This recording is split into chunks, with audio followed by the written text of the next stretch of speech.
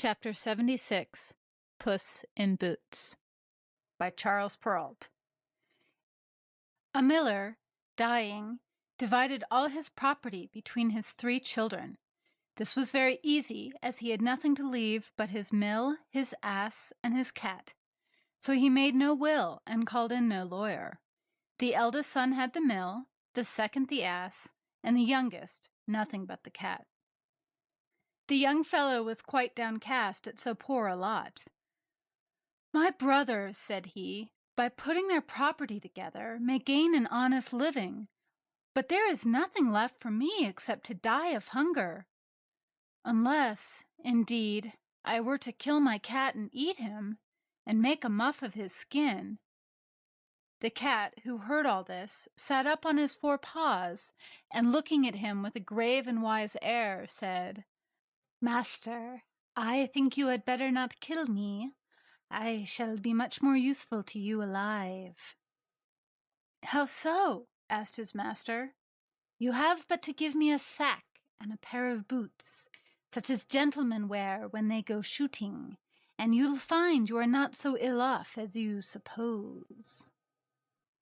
Now, though the young man did not much depend upon the cat's words, still he thought it rather surprising that a cat should speak at all, and he had before now seen him play a great many cunning tricks in catching rats and mice, so that it seemed advisable to trust him a little further, especially as, poor young fellow, he had nobody else to trust. When the cat got his boots, he drew them on with a grand air, and slinging his sack over his shoulder, and drawing the cords of it round his neck, he marched bravely to a rabbit warren hard by, with which he was well acquainted. Then, putting some bran and lettuces into his bag, and stretching himself out beside it as if he were dead, he waited till some fine, fat young rabbit, ignorant of the wickedness and deceit of the world, should peep into the sack to eat the food that was inside. This happened very shortly, for there are plenty of foolish young rabbits in every warren, and when one of them, who really was a splendid fat fellow, put his head inside, Master Puss drew the cords immediately, and took him and killed him without mercy. Then, very proud of his prey, he marched direct to the palace, and begged to speak with the king.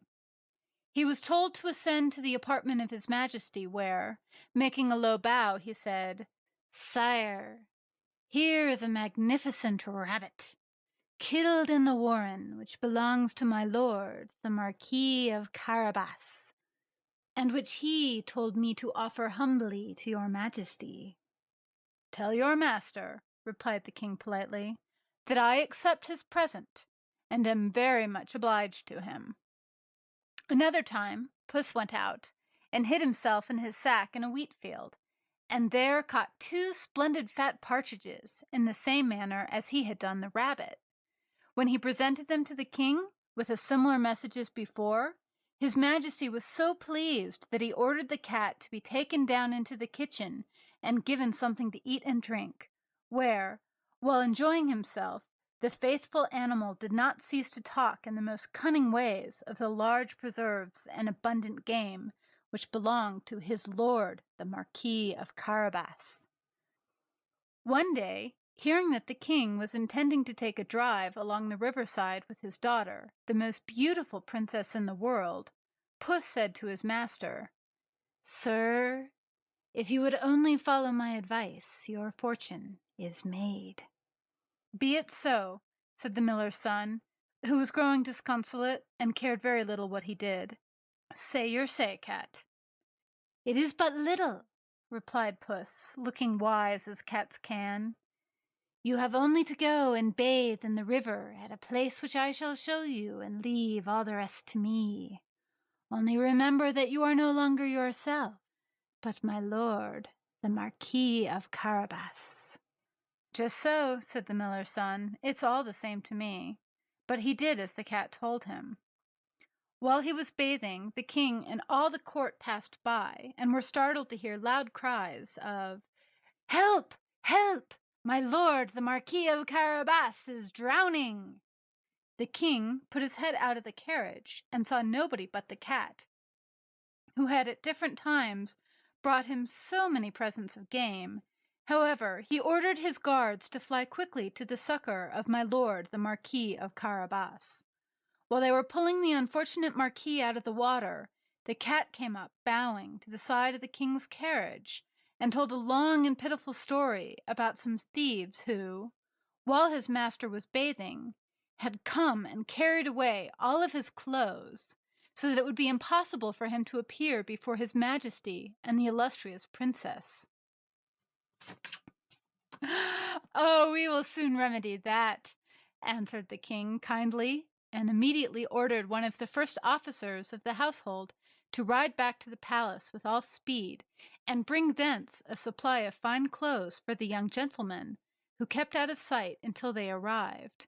Then, being handsome and well made, his new clothes became him so well that he looked as if he had been a marquis all of his days, and advanced with an air of respectful ease to offer his thanks to his majesty. The king received him courteously, and the princess admired him very much. Indeed, so charming did he appear to her that she hinted to her father to invite him into the carriage with them, which, you may be sure, the young man did not refuse.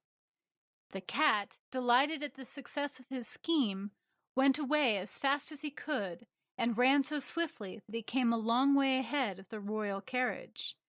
He went on and on till he came to some peasants who were mowing in a meadow. "Good people," said he in a very firm voice, "the king is coming past here shortly, and if you do not say that the field you are mowing belongs to my lord the Marquis of Carabas, you shall all be chopped as small as mincemeat." So when the king drove by, and asked whose meadow it was where there was such a splendid crop of hay, the mowers all answered, trembling, that it belonged to my lord the Marquis of Carabas. "You have a very fine land, Marquis," said his majesty to the miller's son, who bowed and answered that it was not a bad meadow, take it altogether.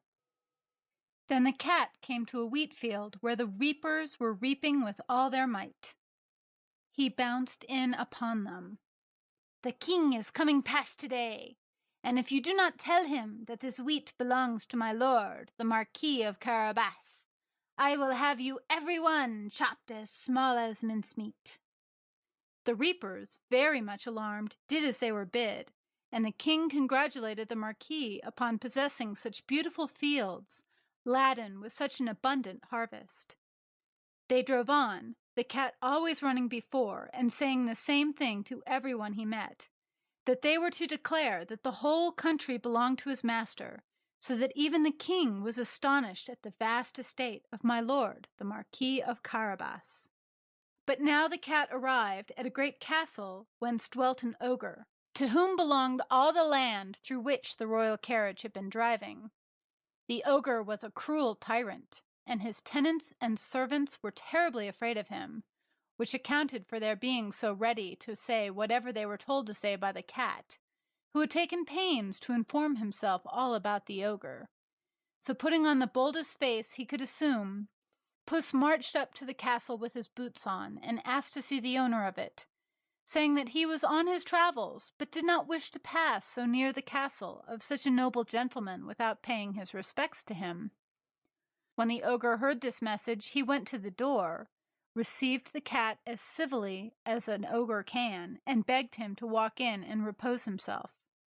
"Thank you, sir," said the cat, "but first I hope you will satisfy a traveler's curiosity.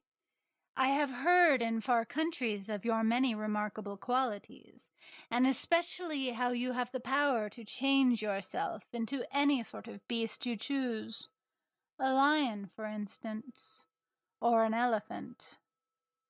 "That is quite true," replied the ogre, "and lest you should doubt it, I will immediately become a lion."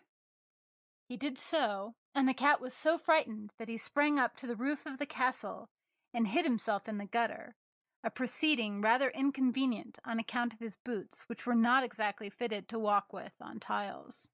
At length, perceiving that the ogre had resumed his original form, he came down again, and owned that he had been very much frightened. "But, sir," said he, "it may be easy enough for such a big gentleman as you to change yourself into a large animal. I do not suppose you could become a small one, a rat or mouse, for instance. I have heard that you can. Still, for my part, I consider it quite impossible." "Impossible!" cried the other indignantly. "You shall see!" And immediately the cat saw the ogre no more, but a little mouse running along on the floor. This was exactly what Puss wanted, and he fell upon him at once and ate him up. So that was an end to the ogre. By this time the king had arrived opposite the castle, and had a strong wish to go into it. The cat, hearing the noise of the carriage wheels, ran forward in a great hurry, and standing at the gate, said, in a loud voice, "Welcome, sire, to the castle of my lord, the Marquis of Carabas."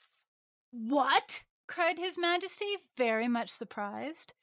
"Does this castle also belong to you? Truly, Marquis, you have kept your secret well up to the last minute. I have never seen anything finer than this courtyard and these battlements. Let us go in, if you please." The Marquis, without speaking, offered his hand to the princess to help her descend, and standing aside that the king might enter first, followed his majesty to the great hall, where a magnificent dinner was laid out, and where, without most delay, they all sat down to a feast. Before the banquet was over, the king, charmed with the good qualities of the Marquis of Carabas, said, bowing across the table at which the princess and the miller's son were talking very confidentially together, "It rests with you, Marquis, whether you will marry my daughter." "I shall be only too happy," said the Marquis, and the princess's cast-down eyes declared the same. So they were married the very next day, and took possession of the ogre's castle, and of everything that had belonged to him. As for the cat, he became at once a great lord, and had never more any need to run after mice, except for his own diversion.